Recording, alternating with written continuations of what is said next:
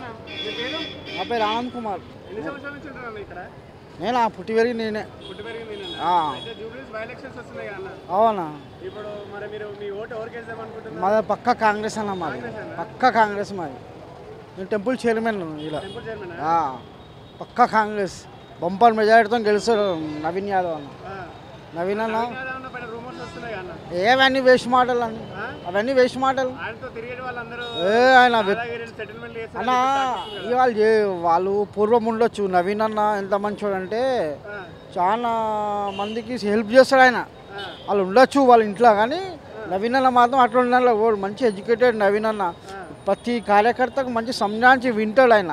ఇన్నిన తర్వాత ఇమీడియట్గా ఫోన్ చేసి చెప్తాడు, అలా మనవాడు మనం చేసేయని మంచి మనకు హెల్ప్ చేసిండు మనకు నవీన్ అన్న. అర్థమైనా అన్న? 100% బంపర్ మెజారిటీతో గెలుస్తుంది నవీన్ అన్న. అయితే కాంగ్రెస్ వల్ల చాలా మంది ప్రాబ్లమ్స్ అంటే ఇబ్బందులు పడుతున్నారు కదా. ఈసారి బీజేపీకి లేదా టీఆర్ఎస్ చేద్దామని చెప్పేసి అంటున్నారు. అంత సీన్ లేదా అన్న? ఇక్కడ అంత సీన్ ఏం లేదు. ఎందుకంటే ఫ్రీ బస్సులు ఇచ్చి ఆటో వాళ్ళని ఇబ్బంది పెడుతుండు. ఏం లేదు, అది అవన్నీ నడుస్తుంటాయి. గవర్నమెంట్ డిసైడ్ చేసింది, మనం ఏం చేస్తాం?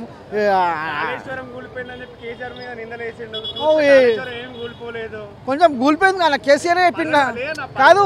కేసీఆర్ చెప్పిండు ఒక పిల్లర్ కూలిపోతే మొత్తం తిన్నారా? నా టీఆర్ఎస్ వాళ్ళు తిన్నా ఎవ్వరు తినలేదు పైసలు. తిన్నారు, పని చేసిరు. రేవంత్ రెడ్డి మొత్తం చుట్టుపక్కల జాగాలు మొత్తం అమ్ముకుంటూ వస్తున్నారు. అమ్ముతుండు, గవర్నమెంట్లో పైసలు పెడుతుండు, జీతాలు ఇస్తుండు అందరికి. అంటే జాగాలు అమ్ముకొని జీతాలు మళ్ళీ ఇస్తుండు, జాగాలు అమ్ముకొని జీతాలు ఇస్తుండు. ఏదో విధంగా నడిపిస్తున్నారు. వాళ్ళంతా అప్పులో మన భూమిని అమ్మేసి జీతాలు ఇచ్చి కొన్ని లక్షల కోట్లు అప్పు కడుతుండబ్బా. ఏమనుకున్నాం? కొన్ని లక్షల కోట్లు అప్పు కడుతుండు. ఎందుకు ఇస్తున్నా అంటే ఇస్తున్నారు కదా, కొందరికి ఇస్తున్నారు. కళ్యాణ లక్ష్యం ఇప్పుడు స్టార్ట్ చేస్తారా? ఇచ్చేస్తారు, స్టార్ట్ చేస్తాడు. ఇంకా ఏమి ఇబ్బంది లేదన్న. అన్ని రూమర్స్, అది ఆపోజిషన్. రైతు బంధు పడలేదు. ఎందుకు పడలేదు? అరే పడ్డది. అరే 5 ఎకరాలకు పడ్డదన్నా. మా బంధువులు ఉన్నారు పడ్డదాళ్ళకి. అరే హైదరాబాద్ నీళ్ళు అవుతలో కదా, మంచి హైదరాబాద్ చేస్తారు. ఇంకేం కావాలి? ఏ పోతే మరి చెరువు పక్కన గురిపోయినట్టేనా? కాదన్నా, ఇప్పుడు నీళ్ళు రేపో మాపో మునిగేడు, దానికి మునుగుతుందాక పక్క జరిపేస్తుండు. మంచి పని చేస్తుండు హైడ్రా. కావాలని పోయి కాలువ పక్కకు పప్పుకుంటే అయిపోతుందా చెప్పు? ముంచేసిరు అంటే మూసీలతో ఎందుకంటే మూసీలు అవి గుట్ట మీకే వస్తాయి. అక్కడ వేరే చేసిరుగా, చేసేది అన్నీ పోయినాయిగా స్ట్రైట్గా. మంచిగా మూసీ క్లీన్ చేసినంత.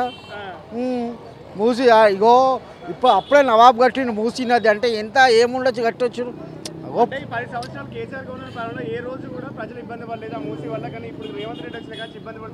మూసీ క్లీన్ చేస్తే నీళ్ళు సాఫ్ వెళ్ళిపోతాయి కదా. కాదన్నా పోతాయి. మనం ఎందుకు కట్టుకోవాలా చెప్పు? ఎందుకు కట్టుకోవాలా? ఆల్రెడీ పట్టాలు ఇచ్చారు, 1+1 ఇందిరమ్మ ఇల్లు కట్టారు, ఎన్నో ఇచ్చారు కాంగ్రెస్ గవర్నమెంట్లో. మస్తు ఇచ్చారు. ఏంది ఏడు అమ్ముతున్నా? గవర్నమెంట్లో అమ్ముతున్నారు. మమ్మల్ని అమ్మిండు, మాదాపూర్లో అమ్మిండు. ఆ గవర్నమెంట్కే యూజ్ చేసుకుంటున్నా పైసలు. నవీన్ యాదవ్ అన్న. కేపాలుగా వస్తుంటాడు, హాయిలో వస్తుంటాడు, బాయిలో పోతుంటాడు ఆయన. ఇక బీఆర్ఎస్ అర్థం అయిపోయిందంటే ఇక బీఆర్ఎస్ అంత సీన్ లేదు. అంత సీన్ లేదు బీఆర్ఎస్ ఇక్కడ జూబ్లీస్లో అయితే. Thank you. జై కాంగ్రెస్ అలా. నేను 10 సంవత్సరాలు ఆపోజిషన్లో ఉన్నాను. అప్పటి నుంచి అందరు మారి కొత్తగా వచ్చి నకలు చేస్తారు, కానీ మేము 10 సంవత్సరాల నుంచి ఈయనే ఉన్నాం ఇదే పార్టీలో. కష్టకాలంలో అడుగు ఎవరికని చెప్తాను. నా పేరు ఆనంద్. అడగన్నా నేను అమ్మని వచ్చి పార్టీలో ఎగురుతురు, కానీ మేము పక్కా కాంగ్రెస్ పని చేస్తున్నాం. మేము అడగన్నా నవీన కంపల్సరీ గెలిపిస్తాం మేము. నమస్తేనా, నా పేరు మొహమ్మద్ గౌస్. కాంగ్రెస్ పార్టీ సీనియర్ లీడర్ని నేను.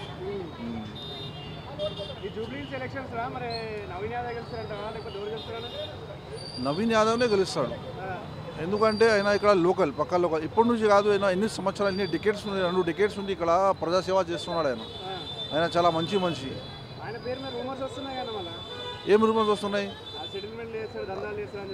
అది ఆపోజిషన్ పార్టీ వాళ్ళు బురద జల్లుతున్నారు. అది ఈ సమయంలో ఎట్లాగైనా బురద జల్లుతారు వాళ్ళు.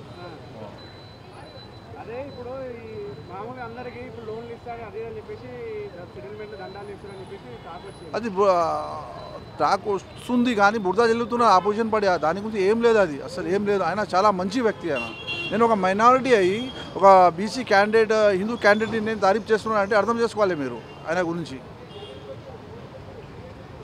కేపాలలో పోటీ చేస్తున్నట్టు అన్న ఓట్లు చెల్లితే ఏమన్నా ఓట్లు చెల్లే ఆలోచనలు ఉన్నాయా? సారీ అర్థం కాలే. కేపాలలో పోటీ చేస్తుంది కదా ఇండిపెండెంట్గా. అరే ఆయన ఒక జోకర్ లాగా ఆయన పరిస్థితి ఏంటో మీకు తెలుసు, మీరు చూసారా, ఇంతకుముందే చూసినారా? ఆయన ఆంధ్రాలో పోటీ చేసిండు. ఆయన ఏమైంది? ఒక జోకర్ లాగా మిగిలిపోయినాడు ఆయన, ఇంకేం లేదు. అది ఒక జోకర్ లాగా మిగిలిపోయినాడు ఆయన. 100% ష్యూర్ అది కాంగ్రెస్ పార్టీనే గెలుస్తుంది. ఇంకా ఏం ఛాన్స్ లేదు, వేరే పార్టీకి ఏం ఛాన్స్ లేదు. ఇక్కడ అపోజిషన్ వాళ్ళు ఏమైనా బురద జల్లడానికి ట్రై చేస్తుంటారు, దాన్ని ఎవరు పట్టించుకోవడం లేదు. మైనారిటీ అయితే కాంగ్రెస్ వైపే ఉంది, మొత్తం కాంగ్రెస్ వైపే ఉంది. ఇప్పుడు ఇక్కడ కాంగ్రెస్ గవర్నమెంట్ వస్తే మాత్రం చాలా డెవలప్మెంట్ జరుగుతుంది. ఎందుకంటే ఇప్పుడు మా దగ్గర అయితే ఇప్పుడు ఉన్నంత స్లమ్ ఏరియా కాబట్టి ఇక్కడ ఉన్న ఈ నాళాలు కానీ, డ్యానేజ్ ప్రాబ్లమ్స్ కానీ, ఈ కరెంట్ ప్రాబ్లమ్స్ కానీ ఇవన్నీ ఎక్కువ ఇక్కడ మా దగ్గర ఉంటాయి. కాబట్టి ఇక్కడ ఉన్న లోకల్ నాయకుడు లీడర్స్ అనేటోళ్ళు కాంగ్రెస్లో బాబా ఫసదుద్దీన్ వరకు మాజీ డిప్యూటీ మేయరు ఇదంతా కష్టపడి ఇదంతా డెవలప్ అయ్యడానికి కారణం అతడే.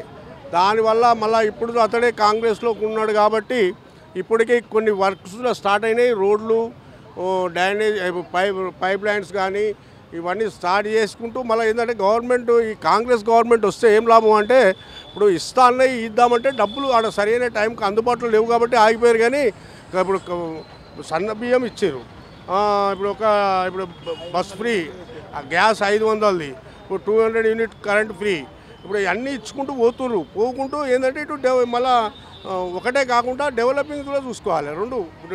రెండు చూడాలి, ఇటు సంక్షేమం మళ్ళీ ఇటు డెవలపింగ్ రెండు చూసుకుంటూ పోవాలి. కాబట్టి ఇవరకున్న అప్పులు ఎందుకంటే అన్ని వాళ్ళు ఇవరకున్న గవర్నమెంట్ చేసిన బాకీలకు ఇంట్రెస్ట్లు అవన్నీ కట్టుకుంటూ ఇంకా నడుపుకుంటూ వస్తారు. కాబట్టి ఏంటంటే వీళ్ళు సమతుల్యంగా, ఎందుకంటే వీళ్ళకున్న 50 ఏళ్ళ చరిత్ర ఉంది కాంగ్రెస్ పార్టీకి. ఇవ్వాలి కాదు 60-70 ఏళ్ళ చరిత్ర కాంగ్రెస్ పార్టీ ఇవ్వాలి గుర్తలే. ఏంటంటే మధ్యన కొంత లీడర్స్ వల్ల కొన్ని అదయి ఈ కాంగ్రెస్ ఇదివరకు ఇదైంది. కానీ ఇక ముందు మళ్ళీ కాంగ్రెస్ పుంజుకుంటుంది. ఈ కాంగ్రెస్ వల్లనే ఏదైనా జరుగుతుంది. ఎందుకంటే దీనికి ఇప్పుడు ఇవరకున్న టీఆర్ఎస్ ఏంటి అంటే అంత భూములు అన్నీ ఎక్కడ అమ్ముకుంటూ వాళ్ళ కుటుంబాలు బాగుపడడానికి ఫామ్ హౌసులు, వాళ్ళు కుటుంబం వాళ్ళు అధికారంలోకి రాకుండా ఎట్లుంటారు, ఇప్పుడు వచ్చినాక వాళ్ళ కుటుంబాలు ఎంత డెవలప్ అయినాయి, ఆ కింద ఉన్న ఎమ్మెల్యేలు ఎట్లా అయినా అనేది చూస్తే కాంగ్రెస్ వాళ్ళు ఏమో రోడ్ల మీద ఉన్నారు. ఇప్పుడు అంజన్ కుమార్ యాదవ్ ఉన్నాడు పెద్ద మనిషి, ఇప్పుడు ఆయన ఎంపీ 2 సార్లు ఛాన్స్ వచ్చినా కానీ ఆయన ఇంతవరకు ఇంకా అదేగానే ఉన్నాడు. కానీ అదే నువ్వు బీఆర్ఎస్లో గెలిచిన ఎమ్మెల్యేలు ఒక సిద్దిపేట సిరిసిల్ల దగ్గర ఉన్న ఎమ్మెల్యే ఇప్పుడు ఆయన బాలకిషన్, ఆయనకి అంతకుముందు ఇంటికి పోతే గొర్రె కాదు గోంగ పట్ట ఉండే, ఇప్పుడు అలా చూడిపోయి ఎక్కడ పడితే ఆయన కాన్స్టిట్యూన్సీలో ఎక్కడ పోయినా ఇన్లే ఫామ్ హౌజులు ఇట్లా ఒక్కొక్కరు. మల్లారెడ్డి ఇప్పుడు మన మల్లారెడ్డి కానీ ఇప్పుడు దళిత అది మన రైతు బంధు అని ఇచ్చారు. మల్లారెడ్డికి ఏం చేశారు, 600 ఆడ మొత్తం సర్వే అది హాస్పిటల్ కడితే హాస్పిటల్ దానికి కూడా దళిత బంధు ఇచ్చేసి మరి ఇప్పుడు ఇవాళ ఇద్దామంటే రూపాయి లేకుండా కావడానికి కారణం ఏంటి అంటే అప్పుడు ఉన్న గవర్నమెంట్లు చేసిన దాన్ని మళ్ళీ వీళ్ళు చూసుకోకుండా అధికారంలోకి వస్తే అన్నీ చేయగలుగుతాము అని అనుకొని వీళ్ళు అన్ని వాగ్దానాలు ఇచ్చారు. కానీ వాటికి కట్టుబడి ఉన్నారు. 2 లక్షలు మాఫీ చేసారు, అయ్యకాడికి చేసారు. కానీ అందరికీ చేయాలంటే హైదరాబాద్లో సామాన్య ప్రజలు ఇబ్బంది అంటే హైదరాబాద్ అంటే చూడండి కొన్ని చిన్న తప్పులు జరుగుతాయి. ఒక పని పెట్టినప్పుడు ఖచ్చితంగా కొంత 75% న్యాయం జరుగుతుంది, 25% అన్యాయం జరుగుతుంది. సామాన్య ప్రజలేం కాదు, నేను ఒకటే చెప్తున్నాను. ఇప్పుడు నేనైనా ఎవరమైనా కానీ పోయి ఎడుగుడుక అది నాలను ఆక్రమించుకొని లేకపోతే అది గవర్నమెంట్ భూమి అని దాన్ని ఆక్రమించుకొని అప్పట్లో ఏం చేసేదంటే వీళ్ళ మంచితనమే. మా కాంగ్రెస్ ప్రభుత్వాలు అప్పుడు ఉన్నప్పుడు ఏదో గుడి కట్టి చిన్న కలర్ వేసి ఆడ దేవునాన్ని మొక్కితే అక్కడ ఒక కాలనీ ఇచ్చి అక్కడ పట్టాలు ఇచ్చారు. అయితే ఇప్పుడు అట్లా ఇచ్చు అయితే ఇప్పుడు ఇవాళ ఏమవుతుందంటే ఇక్కడ చూస్తే హైదరాబాద్లో ఇప్పుడు ఇక్కడ ఇదే చివరస్తలా వానలు పడ్డాయంటే నీళ్ళు పోలేకుండా అయిపోతుంది. దానివల్ల ఏమైందంటే గింటలన్నీ మునిగిపోయినాక ఇప్పుడు ఏమవుతుంది, నీళ్ళు రోడ్లన్నీ డాంబర్ రోడ్లు అయిపోయినాయి.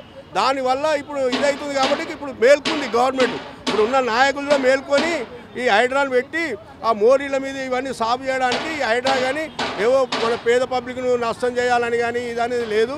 కాకపోతే కొన్ని కొంత లీడర్స్ ఎట్లుంటారంటే నేను చెప్తున్నా అక్కడ ఉన్న ఆఫీసర్స్ వాళ్ళు కొంత అవకతవకల వల్ల బ్లేమ్ అయింది గవర్నమెంట్ మాత్రం ఉన్నది చెప్తాం మేము. కానీ అది హైడ్రా అనేది కూడా మంచిదే, కానీ అది ముందు చూపు ఉండాలి. ఇప్పుడు ఉన్న గవర్నమెంట్ చేయాల్సిన పని ఇలా వీళ్ళు చేస్తారు. దానివల్ల అది కానీ కాంగ్రెస్ గవర్నమెంట్ ఇంకా 10 ఏళ్ళు ఉంటే మాత్రం అన్నీ మంచిగా సాఫ్గా అవుతాయి, కంపల్సరీ అన్నీ డెవలప్ అవుతాయి. ఇప్పుడు జూబ్లీహిల్స్లో ఇప్పుడు నేనైతే మేము అనుకుంటున్నాం ఏంటంటే యువకునికి ఇచ్చారు కాబట్టి యువ నాయకుడిని గెలిపించాలని కూడా మేము అందరినీ మేము అంటున్నాం. మేము గెలిపించడానికి అందరికీ శాశక్తిలో కృషి చేస్తాం. కేపాల్ అంటే ఇప్పుడు చూడమ్మా, కేపాల్ది ఆయన పెద్ద అమెరికా, ఇప్పుడు ఆయన హితబోధ చాలా పెద్దది, చాలా మంచి మేధావే. కానీ ఆయన కొన్ని కారణాల వల్ల పాపం ఆయన ఇదైపోయిండు. ఆయన ఎక్కడ పోటీ చేసినా ఏం చేసినా ఆయనకు పడదు, ఓట్లు పడవి. పాపం ఆయన ఏంటంటే ఆయన ఒక గుర్తింపు గురించి పోవడం తప్ప కానీ ఏం లేదు ఆయనది కేపాల్ది. ఇక్కడ ఓట్లు అయితే ఎవరు ఇష్టం లేదు. జూబ్లీహిల్స్లో అయితే ఇప్పుడు కాంగ్రెస్ గెలుస్తారు, కంపల్సరీ అధికార పార్టీ గెలుస్తారు.